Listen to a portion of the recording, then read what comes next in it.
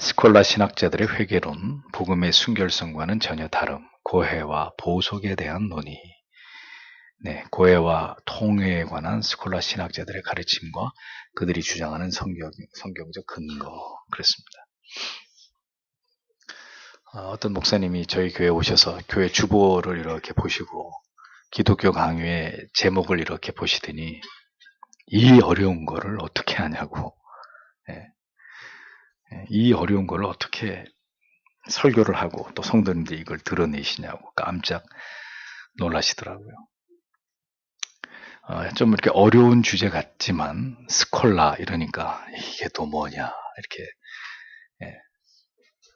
가슴에 콱 막히는 느낌이 드실지 모르겠지만 읽어보시면 전혀 또 그렇지도 않습니다.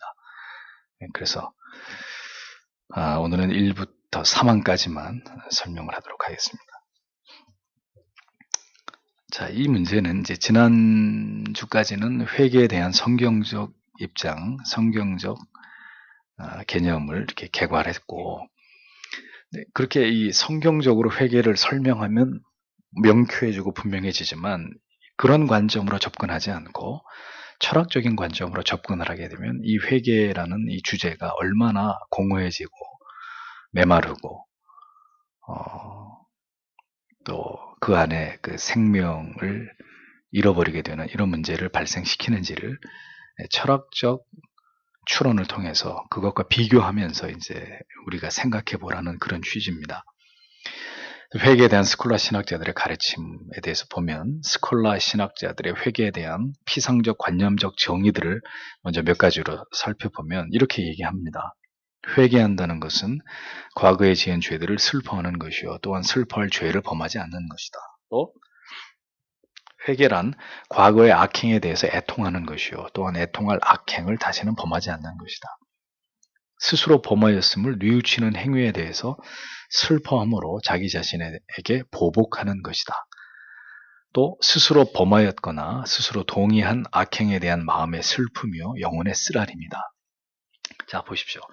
스콜라 신학자들이 나름대로 회개에 대해서 이렇게 정의를 내렸는데 이런 회개에 대한 이런 관념적인 표현들은 모두 교부들의 책에서 취한 상투적인 그런 내용들이다라는 거죠. 그래서 이러한 내용들은 성경이 정확하게 말씀하고 있는 참된 회개를 설명함에 있어서는 상당히 부족한 표현들이다라고 칼빈이 그렇게 비판을 합니다. 교부들의 이러한 표현은 회개를 정의하기 위해서 사용한 표현이 아니고요.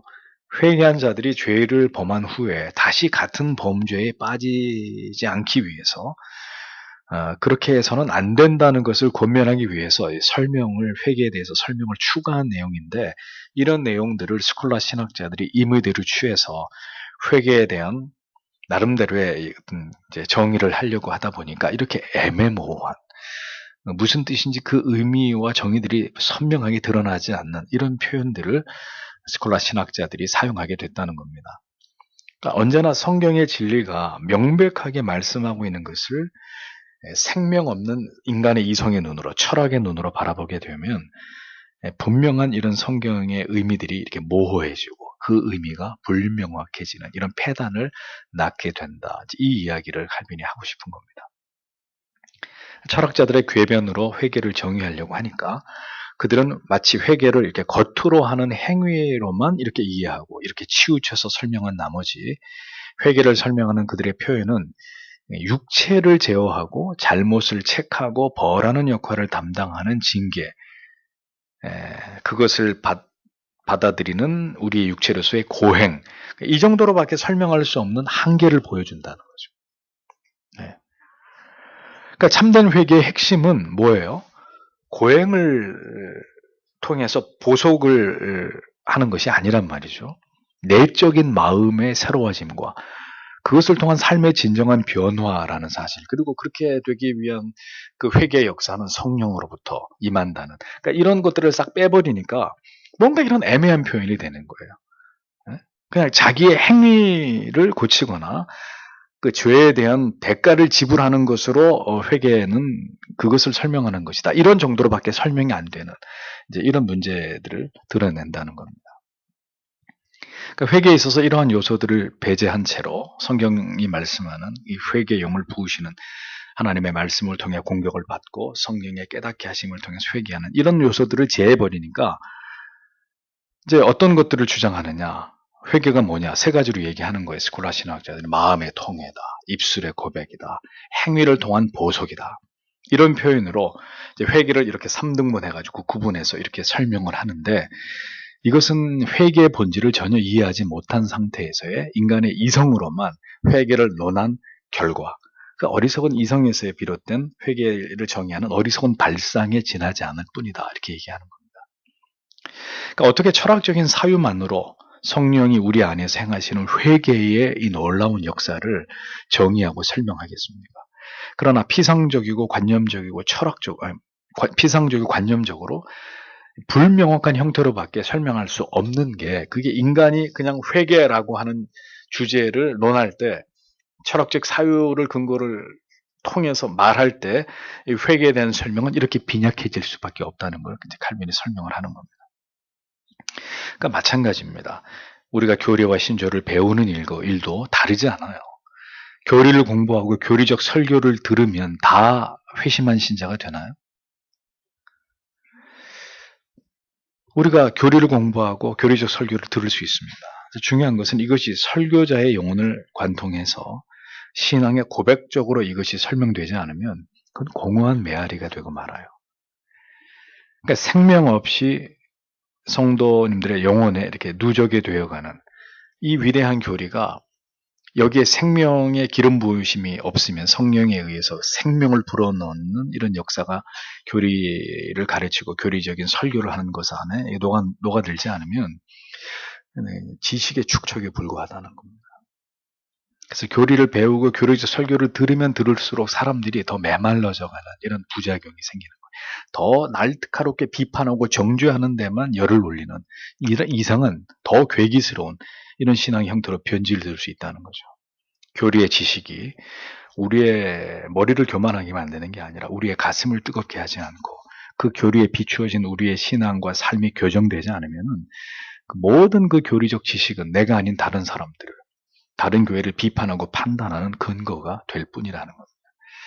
그렇게 교리에 대한 설교를 들었어도 냉랭하고 이기적이고 하나님을 사랑하지 않고 말씀과 기도를 사랑하지 않는 모든 생명 없는 신앙의 모습과 스콜라 신학자들이 철학적으로만 지성적으로만 신앙을 정의하려고 하는 이런 신앙은 같은 부류의 생명 없는 그런 신앙일 뿐이다 라는 것을 우리가 잊지 말아야 합니다. 머리로만 믿는 신앙은 개혁신앙이 아닙니다. 삶이 변혁되고 의지가 성령을 통해서 강화되지 않는다면 그건 자기를 기만하고 있는 그런 믿음일 뿐이에요. 칼빈의 스콜라 신학자들이 이성으로만 하나님을 신앙하려는 어리석음에 대해서 여러 문제점들을 예를 들어서 제기하면서 신랄하게 비판을 하고 있었습니다. 한 가지 죄에 대해서 회개하면서 동시에 다른 죄들을 고집할 때 하나님이 그럼 이걸 어떻게 여기실 것이냐 설명해 보라 이거죠. 하나님께서 가하신 형벌이 보속을 이룰 수 있는가? 보속이란 말이 자꾸 나오는데 천주교에서 자주 하는 말이죠. 보속이란 말은 죄를 보상하거나 대가를 치르는 일을 뜻합니다. 그러니까 하나님이 가하신 형벌에 대해서 어떻게 보속을 이룰 것이냐? 하나님이 주시는 형벌을 받기만 하면 죄에 대한 보상이나 대가를 치르는 것이냐? 이런 문제들을 말하는 거죠. 그러니까 예를 들면 내가 죄를 지었어요. 그래서 하나님이 내 육체를 쳤어요. 병을 알아요. 그 병을 다 앓고 나면 그럼 내 죄의 문제가 해결되는 것으로 이렇게 봐야 되느냐? 그럼 모든 병은 하나님이 죄로 인해서 나를 치신 것이냐? 그래서 그 병을 앓고 나면 그 죄의 문제는 해결됐다고 이렇게 그게 죄에 대한 보속으로서의 질병으로 하나님의 형벌로 그렇게 보는 게 가하냐? 답변을 보라 이겁니다. 그러니까 날마다 행하는 회개는 사소한 죄에 대해서고 아주 치명적인 죄에 대해서는 계속 반복적인 회개를 해야 된다는 식으로. 자, 이런 식의 어떤 회개의 방식을 정의하는 것은 다 뭐라는 거예요?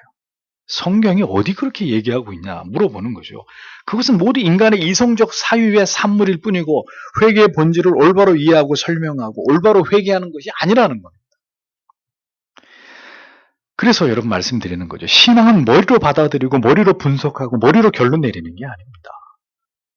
스콜라 신학자들의 오류는 바로 그것입니다. 그들에겐 가슴이 없었어요. 그러니까 성령의 역사하심으로 비롯되는 모든 신앙의 내용이 아니라 오로지 머리로 분석하고 파악한 것을 논리적으로 이렇게 추론하고 설명할 따름이었다는 거죠. 그러니 그들의 신앙의 정의들은 생명이 없고 메마르고 그 의미가 모호하고 전혀 타당성이 없고 영혼의 감동이 없다는 거죠.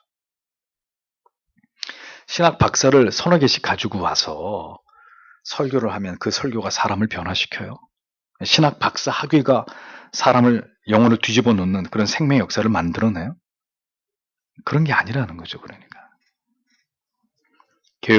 개혁주의 신앙은 정교한 성경의 진리와 교리에 정초하지만 그것을 우리에게 물려준 신앙의 조상들은 모두 다 차가운 머리와 뜨거운 가슴으로 성경 속에 있는 그 모든 지식들을 성령의 도우심으로 채굴해낸 사람들입니다. 그래서 우리가 교리를 제대로 공부하면 사실 가슴이 뜨거워지고 이런 위대한 진리 앞에 자기의 삶을 반추하면서 그 모든 죄를 회개하면서 정말 진정한 신앙의 고백이 생겨나게 되고 그렇게 해서 그 죄와 우리의 신앙의 오류들이 서서히 우리 안에서 사라져갈 즈음에 분명한 확신에 찬 신앙의 고백이 영혼 가운데 고백되어지는 이런 결과물들을 만들어낼 수 있어야 되는 거예요. 그리고 그러한 생명의 지식은 내 신앙을 계속해서 교정해 나가고 나의 삶을 더 그리스도의 중심으로, 교회 중심으로, 말씀 중심으로 변모시키게 되는 그런 능력으로 작용하게 되는 거죠. 교리를 그렇게 오래 들었는데도 전혀 그 사람의 인격이 달라지지 않은, 여전히 이기적이고 탐욕적이다. 여전히 자기 자랑, 교만. 그럼 교리가 무슨 의미가 있어요, 그 사람한테? 그런 교리적인 하나님의 생명의 말씀과 진리와 지식이 무슨 의미가 있냐 이거죠. 머리로만 다 이해할 뿐이라는 거죠. 스콜라 신학자들은 머리로만 이해할 뿐 가슴으로 느끼고 깨달은 적이 없는 그런 사변적인 신학과 신앙을 논하기 때문에 언제나 그들이 정의하는 신앙의 내용은 본질에서 벗어난 관념적인 내용들이 될 수밖에 없는 한계를 가지고 있다는 거죠. 그러니까 우리는 이러한 신앙 또한 경계해야 됩니다. 경계해야 됩니다. 자꾸 신앙이 뭔가 지식을 추구하는 것으로 끝나버리면 주지주의가 되는 거예요. 지성주의가 되는 거예요. 그건 절대 영혼에 아무 유익이 없어요. 그 생명의 지식과 말씀이 나를 해부하고 나를 찔러 쪼개고 나를 수술하는 검이 되어서 그렇게 나를 새롭게 하고 내 영혼을 살리는 것이 되어야지. 맨날 그렇게 안 하면 맨날 쩍쩍거리고 싸우는 거예요. 신학적으로, 뭐 교리적으로 봤을, 뭐 조직 신학적으로 봤을 때, 실론적으로, 인간론적으로 따져봤을, 그러면서 맨날 페이스북에서 싸움질하는 거예요. 목회자들이, 신학자들이. 참 안타까운 일들입니다. 두 번째, 마음의 통회에 대한 그릇된 가르침이 양심을 괴롭힙니다. 마음의 통회에 대한 그릇된 가르침이 오히려 양심을 괴롭힌다. 스콜라 신학자들은 회개에 대해서 다시 얘기합니다. 마음의 통회, 입술의 고백, 행위를 통한 보속, 이 세 가지 조건을 요구하면서 이것이 죄사함을 얻기 위한 필수사항이라고 주장합니다. 누가 그랬어요? 누가 언제 그렇게 얘기했어요? 성경에. 근데 분명한 것은 회개에 대한 이러한 관념적, 지식적 접근이 아니라 성경이 말씀하고 있는 바에 따른 그런 근거에 합당한 회개를 분명하고 명확하게 아는 거라는 거죠. 회개가 뭐야? 그러면 1, 2, 3 논리적으로 설명은 잘하는데 그게 성경이 말씀하고 있는 성경에 근거한 합당한 회개냐 그렇지 않느냐 이건 중요하지 않은 거예요.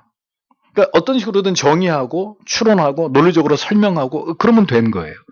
그게 성경적으로 맞냐 안 맞냐 그건 중요하지 않아요. 나는 철학적으로 이 부분을 정리했다, 설명했다, 논증했다. 그게 전부예요. 그런 게 신앙이 아니라는 거죠. 성경이 말씀하는 올바른 회개가 일어나지 않을 때 양심은 안식도 없고 하나님과의 화평도 없고 확신이나 안심도 얻을 수 없고 언제나 불안하고 혼란스럽고 괴로움과 근심이 떠나지 않는 오히려 하나님과 더 멀어지는 결과를 피할 수 없다고 칼빈이 말하잖아요. 올바른 회개가 일어나지 않고 회개란 1, 2, 3 오케이? 이제 회개가 그런 거야. 알았어. 머리로만 그렇게 회개를 파악하면 영혼이 자유로워지냐고요. 하나님과 하는 거의 관계가 그냥 저절로 해결이 되고 모든 신앙의 문제들이 다 명쾌하게 풀어지는 이런 결과가 오느냐? 아니라는 거죠. 그러니까 자기들 마음대로 죄사함의 출발은 마음의 통회, 이렇게 그냥 철학적으로 지식적으로만 이렇게 정의해버리는, 그렇게 주장하는 스콜라 신학자들의 주장이 얼마나 인위적이고 그게 애매한 것인지를 생각해 보라는 겁니다.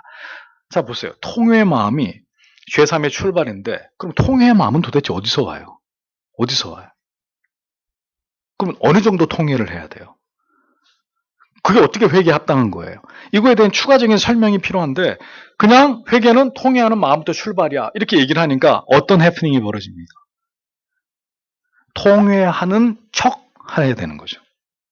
왜 통회해야 되는지, 그 통회하는 마음이 어디서 오는지, 이런 건 중요하지 않아요.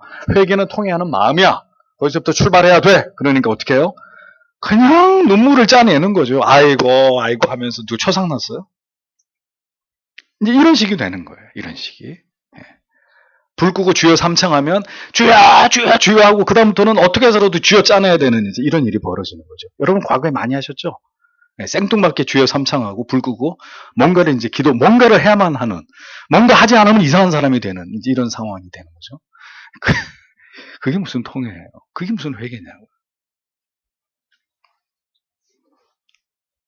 아니, 누구나 자신의 죄에서 애통하고 죄를 싫어하고 미워하도록 자기를 자극해야 된다는 건 그 틀림없는 사실이에요. 근데 그 통해가 어디서 시작되냐고요. 불 끄면 통해가 주여 삼창하면 통해가 나오냐고요. 그 통해 정도를 인간이 정하고 통해 정도에 따라 합당한 회개가 가늠된다는 이런 논리는 인위적이고 인간의 양심으로 합당한 통해를 했는지 여부를 확인할 수 없는, 그러니까 온전한 회개 방법이라고 볼 수 없는 거라는 거죠. 그러니까 그런 식으로 신앙을 정의하는 게 무슨 의미가 있냔 말이에요. 가슴이 없는데. 그게 성령에 의한 것이 아닌데, 하나님의 말씀의 능력에 의한 것이 아닌데, 그런 식으로 정의 내리고 도식화하고 어떤 신앙의 공식을 만드는 게 그게 무슨 유익이 있냐는 거죠. 또 다른 율법주의가 되는 거죠. 예수님에 대해서 알면은 예수님에 대한 주제의 책을 뭐 5권 정도 읽으면 그 해결돼. 이런 식으로 얘기해 주는 거. 해결 안 되면 자기가 책임질 거예요, 그러면은? 이런 식으로 회개를 외형적 행위에 둘 때 우리의 양심은 절대로 자유로워질 수 없다.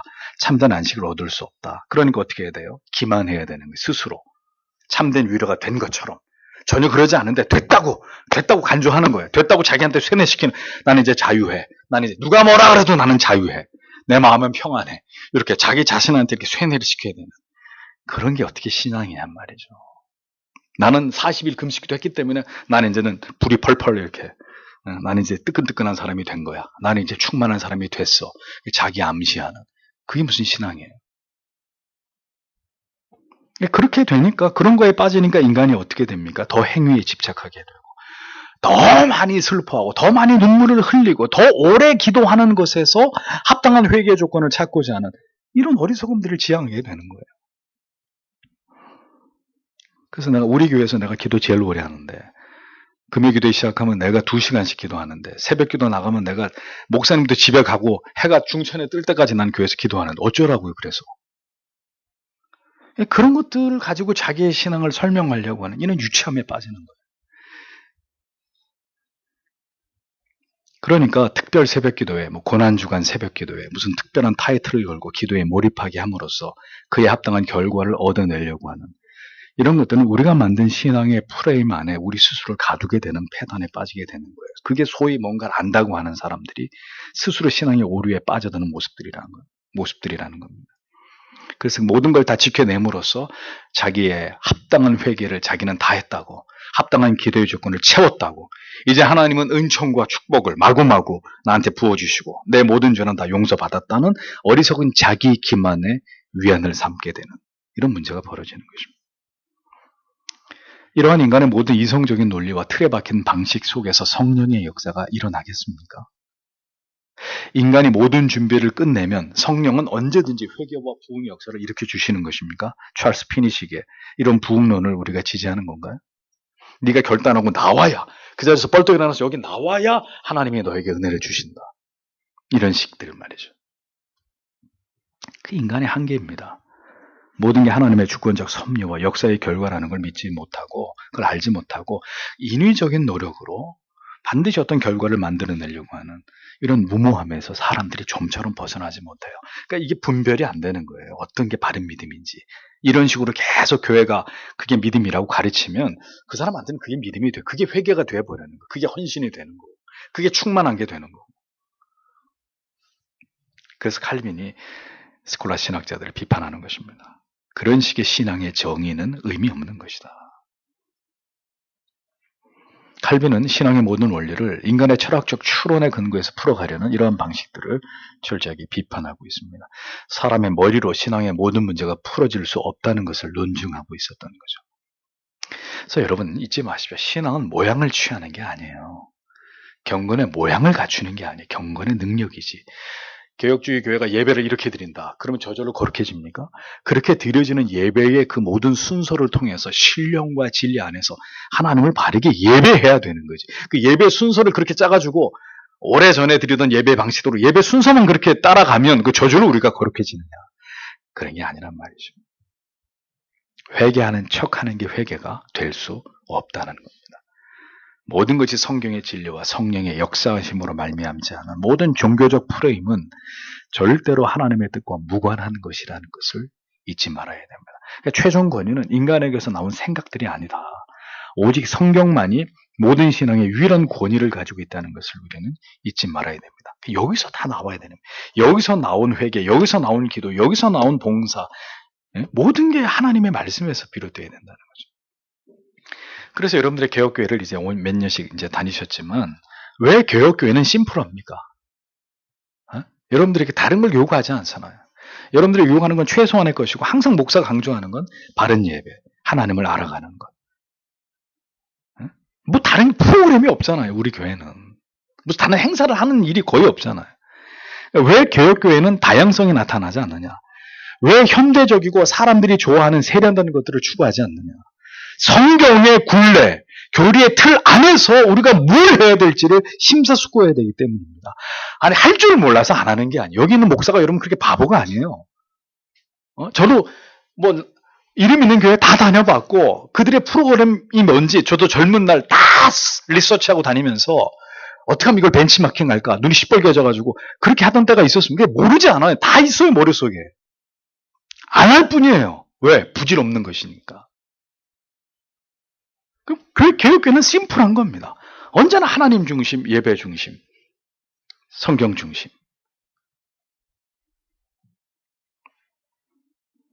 성경이 가라고 하는 데까지 가고 성경이 멈추라고 하는 것에서 멈추기 때문에 화려하고 세련되고 여러분들에게 줄 수 있는 엔터테인먼트적인 요소들이 이렇게 배제되는 거예요. 저희도 그런 거 하고 싶어요. 가끔씩 교회에서 뭐 축제 같은 것도 하고 뭐 새생명 전도 축제 해가지고 여러분들한테 선물도 드리고 뭐 특별 새벽기도 이렇게 해가지고 여러분들한테 뭐 동판 같은 것도 새겨드리고 요리 대회도 하고 노래 부르기 각 기관별로 찬송가 부르기 대회 해가지고 옷 다 맞춰 입고 심사위원 1, 2, 3등 상도 드리고 재밌겠죠? 예? 재미없으실 것 같아요? 어렵지 않아요. 그렇게 재밌게 즐겁게 하면 오후에 예배 간단하게 드리고 그런 식으로 재밌게 모든 여러분들이 자꾸 참여해서 재밌고 즐겁게 그렇게 하면 더 분위기도 좋아지겠죠. 할 줄 몰라서 안 하는 게 아니란 말이죠. 세 번째, 통일은 죄사함의 원인이 아님. 신앙은 가장이 아니에요. 위선과는 거리가 먼 것입니다. 바리새인들이 그것과 다르지 않아요. 신앙이 위선으로 가면, 가식으로 가면. 그러니까 참된 회개가 없이는 절대로 참된 죄사함이 없고 결코 바른 신앙으로 나아갈 수 없습니다. 자신의 죄를 깨달아서 괴로움과 고통을 당하고 마음이 깊이 상한 사람들만이 진정으로 하나님의 긍휼을 구할 수 있고 십자가의 위대하신 대속의 은혜 앞에서 감사와 감격의 오해를 하게 되는 것입니다. 제가 지난주에 밴드에다가 이 개혁파 쪽의 이 회심에 관해서 그 회심의 준비 과정 중 이걸 잘 설명한 그 도표를 올려드렸습니다. 그게 잘 안 보이니까 또 이렇게 쳐서 올렸잖아요. 잘 몇 번을 읽어보세요. 내가 그 과정들을 지나가고 있는지, 내가 추구하고 있는 게 뭔지 구원에 있어서 아주 잘 정리된 글입니다. 몇 번 읽어보셔야 돼요. 근데 그럼에도 회개가 죄사함의 원인이 될 수 없다는 것을 우리가 이해할 필요가 있다. 영혼의 고통을 의무적으로 여길 때, 안 나오는 눈물을 쥐어 짜야 된다고 생각할 때, 외식과 종교적 위선이 일어나게 되는 것이다라는 겁니다. 그래서 신앙을 칼빈이 그토록 굉장히 성경적 신앙을 강조하는데도 또 한편 칼빈이 얘기한 신앙을 강요할 수는 없는 거다. 강요하면 어떤 문제가, 이런 문제가 벌어지는 거예요. 믿는 척, 기도하는 척, 회개하는 척, 성경 보는 척, 그렇게 되는 거죠. 위선, 종교적 위선과 가식이 만들어지는 거예요. 안 하면 또 그 안 한 것에 대해서 죄책감을 갖게 되니까 또 어떤 체벌이 두려워서 그렇기 때문에 신앙을 강요하면 이런 부작용이 생기기 때문에 철저하게 성령에 의해서 하나님의 말씀의 감화를 통해서 영혼이 변화되게 하고 믿음이 자라가게 해야 되는 것이지, 교회가 어떤 것들을 정해놓고 그걸 통해서 인위적으로 사람들을 이끌게 할, 성장시키려고 하는 그런 부작용을 만들어낸다는 거예요. 이런 부작용. 죄인은 보이기 위한 눈물, 가식적인 뉘우침에 집착할 것이 아니라 두 눈을 오직 하나님의 긍휼하심에 십자가에 고정해야 된다는 거예요. 우리의 형식적인 회개의 행위로 그것을 의로 삼고자 해서는 안 되고, 오직 그리스도께서 수고하고 무거운 짐진 자들에게 주신 그 약속에 내가 너희를 편히 쉬게 한다. 모든 죄의 짐을 벗고 그 십자가 아래서 너희를 자유케 한다. 그 약속에다 초점을 맞추게 해야 된다.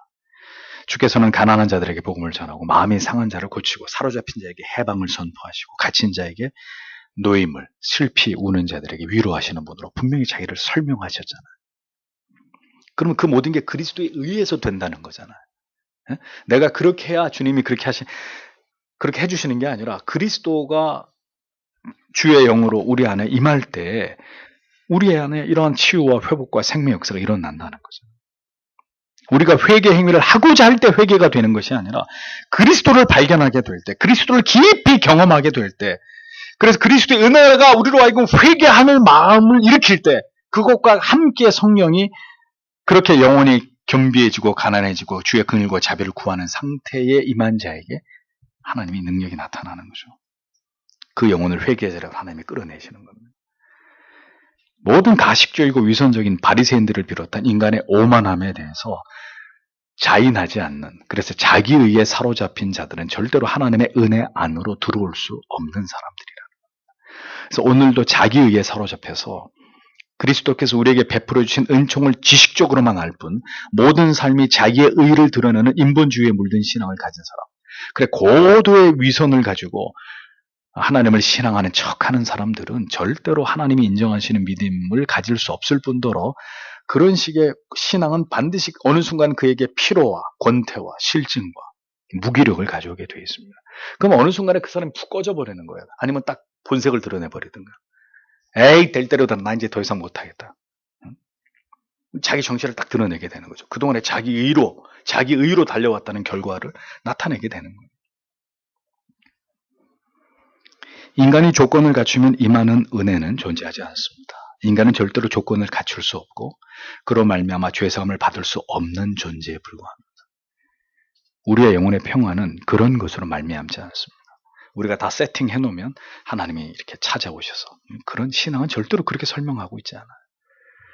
언제나 영혼의 참된 긍휼과 평화는 우리의 노력이 아니라 하나님의 죄인을 긍휼히 여겨주심, 그 긍휼의 목마른 영혼 위에 임한다는 것을 기억하고 자기의 비참한 처지를 인정하고 주의 도우심을 구하는 자에게 하나님의 은혜가 임한다. 참된 회개의 영이 임한다라는 것을 우리는 분명히 견지해야 됩니다.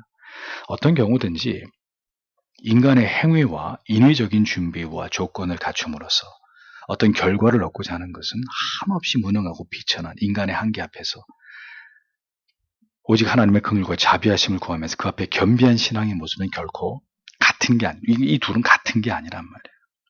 그래서 이런 문제가 사실은 야기됩니다. 회심을 하지 않은 사람이 개혁교회를 다녀요. 개혁교회를 다니면서 잘못 신앙이 뭔지가 이식되게 되면은 굉장히 이제 율법적인 삶을 강조받게 되거든요. 굉장히 율법적인 삶을 살아요. 율법적인 삶을 살면 회심이 됩니까? 안 되잖아요.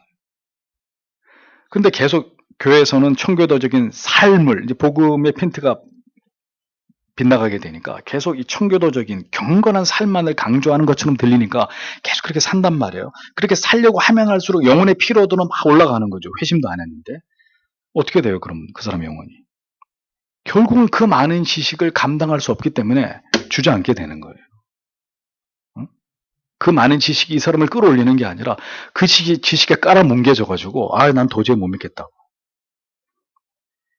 그러니까 이 사람한테 필요한 거는 이 상당한 분량의 청교도적인 지식이 아니라 회심이란 말이죠. 그럼 이 사람이 더 회심에 이르기에 필요한 복음이, 십자가의 복음이 전해져야 되는데 그것이 생략돼 버리고 계속 그 다음에 신앙이 무엇인지를 설명하는 더 성숙한 믿음, 그리스도를 닮아가는 믿음의 포커스가 맞춰져 버리면 회심도 하지 않은 상태에서 계속 그러한 삶을 요구받게 되니까 결국 이 사람은 이제 회심을 하지 않은 상태에서 고도의 위선을 쌓아가든지 아니면 도저히 나는 그걸 못 따라가 하고 신앙을 포기하게 되든지 이런 부작용이 생기는 거죠.